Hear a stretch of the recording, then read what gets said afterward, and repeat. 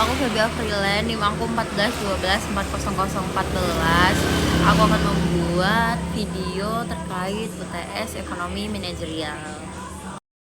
Oke, sekarang kita masuk ke soal yang pertama, yaitu adalah kasus Pak Hafid produksi kopi botol instan. Nah, yang pertama itu kita mencari BEV, yaitu Break Even Point. Nah, apa itu BEV? Jadi BEV itu adalah titik di mana total revenue itu sama dengan total cost, alias usaha belum untung tapi sudah tidak rugi. Nah, pertama yang kita hitung total revenue-nya adalah TR sama dengan P kali Q. Nah, karena P sama dengan 60 kurang Q itu TR sama dengan dalam kurung 60 kurang Q, terus tutup kurung, terus Q sama dengan 60 Q kurang 60 Q kurang Q kuadrat. Nah, setelah itu kita setarakan TR-nya dengan CC. Itu caranya dengan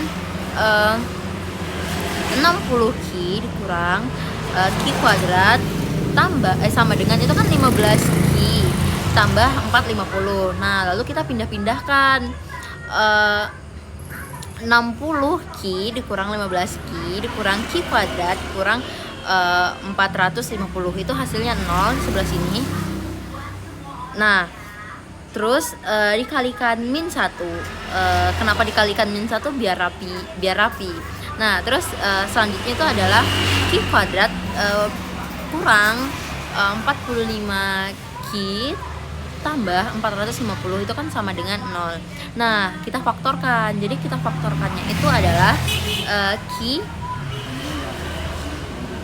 Jadi kita faktornya itu akan adalah untuk Q kurang 15 Q kali Q kurang 30, itu kan sama dengan 0. Nah, jadi Q sama dengan 15 atau Q sama dengan 30. Jadi artinya pada produksi 15.000 botol dan 30 BEP itu terjadi pada produksi 15.000 botol dan 30.000 botol. Nah, ini tuh menjelaskan kalau misalnya usaha ini tuh butuh melewati salah satu titik itu untuk tidak rugi lagi. Nah, yang B, berapa produksi agar laba itu bisa maksimum?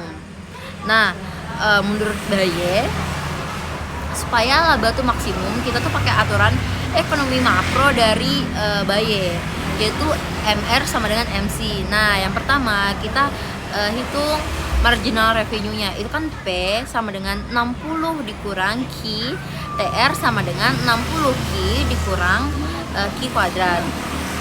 Marginal revenue-nya itu sama dengan 60 dikurang 2Q. Nah, terus juga marginal cost sama dengan DTC dibagi DQ sama dengan 15.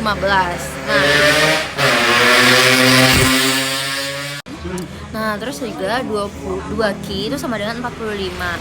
Q sama dengan 22,5 ribu botol. Nah, harga pada Q itu sama dengan 22,5. P sama dengan 60 kurang 22,5 sama dengan 37,5 ribu rupiah. Jadi selanjutnya kita masuk ke berapa sih laba maksimumnya.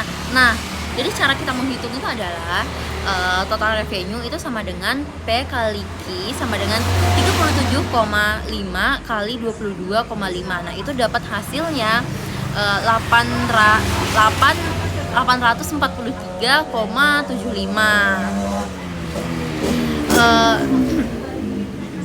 Total costnya itu sama dengan 15 Q tambah 450 sama dengan 15. Nah, 15 ini itu ada kurung di sampingnya, yang ini ya, 22,5 ditambah 450 sama dengan 337,5 ditambah 450, itu hasilnya adalah 787,5. Jadi profit itu sama dengan total revenue dikurang total cost. Nah, itu kan sama dengan tadi 843,75 dikurang 787,5. Nah, itu hasilnya 56,25 ribu rupiah. Nah, jadi laba maksimal itu adalah 56,25 ribu dalam botol, dalam ribuan. Jadi kayak untuk dalam ribuannya itu 56 250.000. Oke, sekarang kita masuk ke strategi penentuan harga untuk usaha kopi Pak Hafid.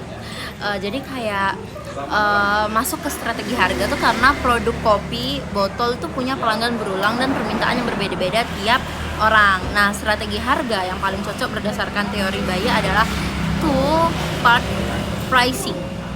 Kenapa two part pricing itu paling cocok? Nah, karena pelanggan kopi itu biasanya loyal dan belinya tuh berkali-kali. Terus juga bisa menarik surplus konsumen. Nah, terus juga bisa bikin harga per botol lebih murah, tapi juga tetap untung karena ada biaya keanggotaan gitu. Kayak kalau misalnya contohnya nih, ada semacam membership kecil, lalu pelanggan bisa beli kopi dengan harga lebih murah dari harga standar. Nah, strategi lain yang bisa dipakai itu juga yang pertama tuh adalah block pricing. Nah, itu tuh kayak misalnya penjual paket 6 botol lebih murah. Nah, caranya itu bisa naikin volume penjualan. Yang kedua, itu ada bundling. Kayak bundling kopi sama snack supaya nilai jualnya tuh makin besar.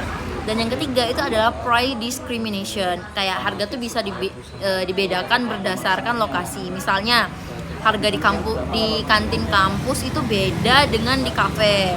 Jadi strategi paling kuat itu tetap two part pricing, tapi strategi lain itu juga bisa digunakan biar maksimal gitu. Selanjutnya yang ketiga itu adalah simulasi lelang untuk jam antik 10 unit. Nah, jadi itu kan ada 4 jenis lelang ya yang dibahas.